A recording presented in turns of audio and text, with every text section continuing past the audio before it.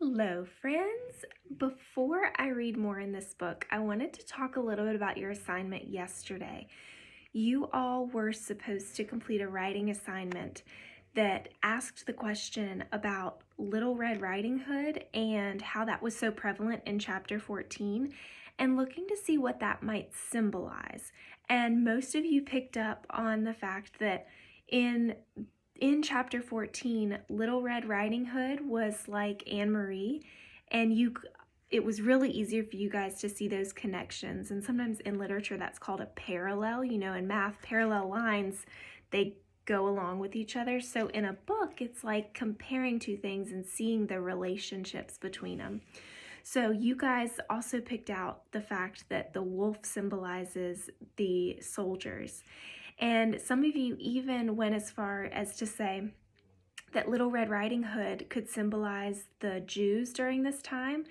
Little Red Riding Hood is an innocent little girl, and the Jews were innocent at this time, and they were being pursued by the soldiers, by the Nazis. And so the wolf who was pursuing Little Red Riding Hood is kind of like the Nazi soldiers pursuing the Jews.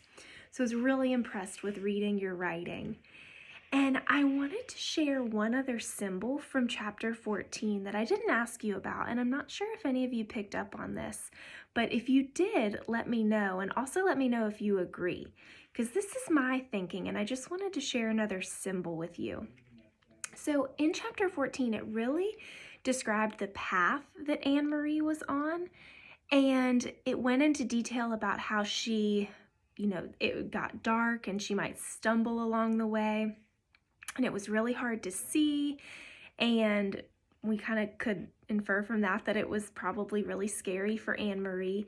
And it also talked about the memory she had of picking those berries. And I started thinking about this path and why Lois Lowry was describing it so much. And I started to think that the importance of this path, we know that Anne Marie is taking a big risk by going on this path alone to try to deliver the packet to Uncle Henrik.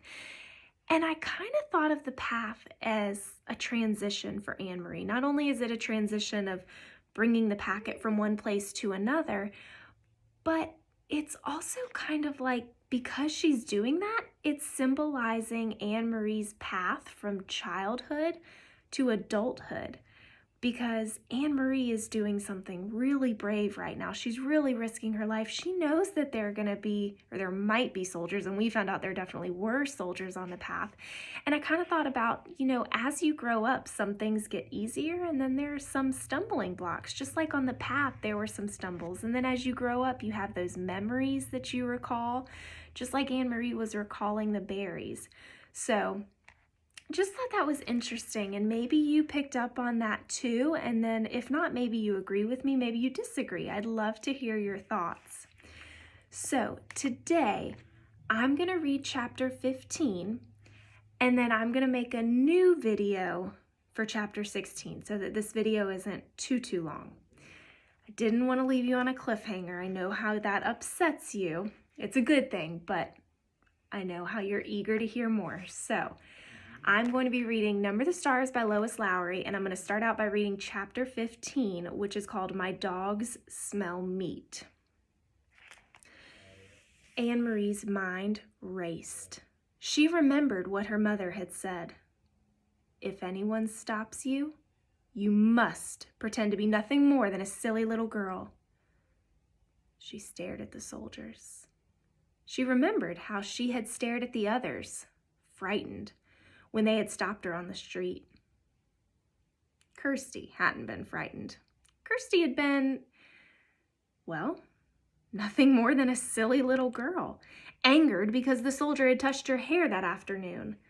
She had known nothing of the danger, and the soldier had been amused by her. Anne Marie willed herself, with all her being, to behave as Kirsty would. Good morning, she said carefully to the soldiers. They looked her up and down in silence. Both dogs were tense and alert. Two soldiers who held their leashes wore thick gloves. What are you doing here? One of them asked. Anne-Marie held out her basket with the thick loaf of bread visible. My Uncle Henrik forgot his lunch, and I'm taking it to him. He's a fisherman. The soldiers were looking around. Their eyes glanced behind her and scanned the bushes on either side. Are you alone? One asked. Anne-Marie nodded. Yes, she said. One of the dogs growled, but she noticed that both dogs were looking at the lunch basket. One soldier stepped forward. The other and the two holding the dogs remained where they were. You came out before daybreak just to bring lunch? Why doesn't your uncle eat fish? What would Kirsty reply? Anne-Marie tried to giggle the way her sister might. Uncle Henrik doesn't even like fish, she said, laughing. He says he sees too much of it and smells too much of it. Anyway, he wouldn't eat it raw. She made a face. Well, I suppose he would if he were starving. But Uncle Henrik always has bread and cheese for lunch. Keep chattering, she told herself, as Kirsty would. A silly little girl. I like fish, she went on. I like it the way my mother cooks it. Sometimes she rolls it in breadcrumbs and... The soldier reached forward and grabbed the crisp loaf of bread from the basket. He examined it carefully. Then he broke it in half, pulling the two halves apart with his fists. That would enrage Kirsty. She knew. Don't! She said angrily. That's Uncle Henrik's bread. My mother baked it. The soldier ignored her. He tossed the two halves of loaf to the ground, one half in front of each dog. They consumed it, each snapping at the bread and gulping it so that it was gone in an instant. Have you seen anyone in the woods? The soldier barked the question at her. No, only you. Anne-Marie stared at him. What are you doing in the woods anyway? You're making me late. Uncle Henrik's boat will leave before I get there with his lunch. Or what's left of his lunch. So friends, I want you to stop right here. In your reading journals, I want you to respond to the way that Anne-Marie is behaving. Think about the soldiers. We know that the soldiers often can be angry or they act angry towards people they encounter. At least that's what we've seen in this book so far. And Anne-Marie's being a little snappy with them, I guess is a good adjective to use. That kind of would scare me. I feel like I would be scared of the soldiers and I wouldn't want to do anything to make them any more angry than they are. Why do you think Anne-Marie is behaving in this way? She just said something that I can hear you guys and you would be like, oh, about what Anne-Marie just said. She said, his boat will leave before I get there with his lunch, or what's left of his lunch. So why is she behaving in that way? The soldier picked up the wedge of cheese. He turned it over in his hand. He turned it to the three behind him and asked them something in their own language. One of them answered, 9, in a bored tone. Anne-Marie recognized the word. The man had replied no. He had probably been asked, Anne-Marie thought, do you want this? Or perhaps, should I give this to the dogs? The soldier continued to hold the cheese. He tossed it back and forth between his hands. Anne-Marie gave an exasperated sigh. Could I go now, please? She asked impatiently. Whoa, there she goes again. The soldier reached for the apple. He noted its brown spots and made a face of disgust. No meat? He asked, glancing at the basket and the napkin that lay in its bottom. Anne-Marie gave him a withering look. You know we have no meat, she said insolently. Your army eats all of Denmark's meat. Please, please, she implored in her mind, don't lift the napkin. The soldier laughed. He dropped the bruised apple on the ground.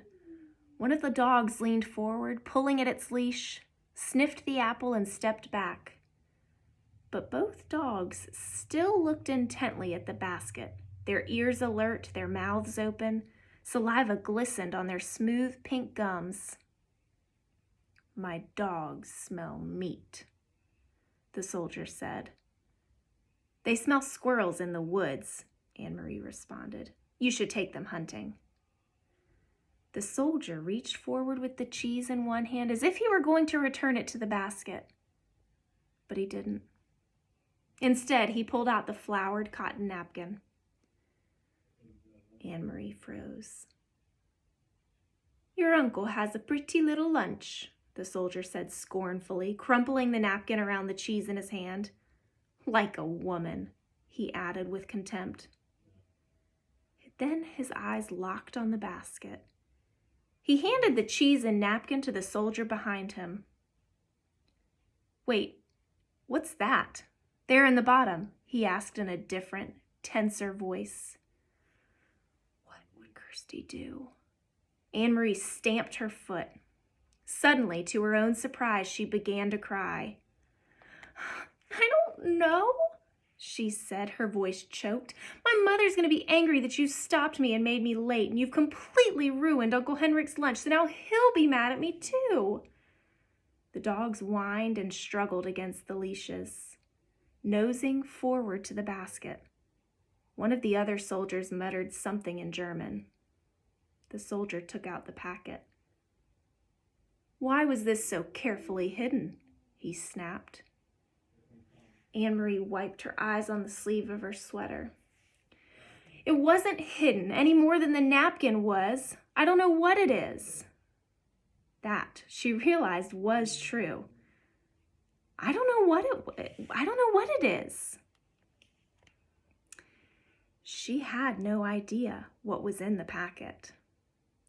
So I want you to pause here. I want you to think. We've been hearing that over and over again, that it's easier to be brave if you know nothing.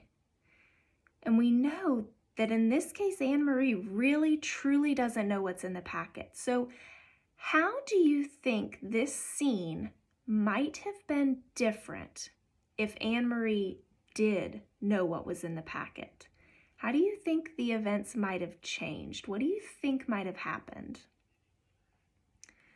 The soldier tore the paper open while below him on the ground the dogs strained and snarled, pulling against their leashes. Their muscles were visible beneath the sleek, short-haired flesh. He looked inside, then glared at Anne-Marie. Stop crying, you idiot girl, he said harshly. Your stupid mother has sent your uncle a handkerchief. In Germany, the women have better things to do. They don't stay at home hemming handkerchiefs for their men. He gestured with the folded white cloth and gave a short, caustic laugh. At least she didn't stitch flowers on it. He flung it to the ground, still half wrapped in the paper beside the apple. The dogs lunged, sniffed at it eagerly, then subsided, disappointed again. Go on, the soldier said. He dropped the cheese and the napkin back into her basket.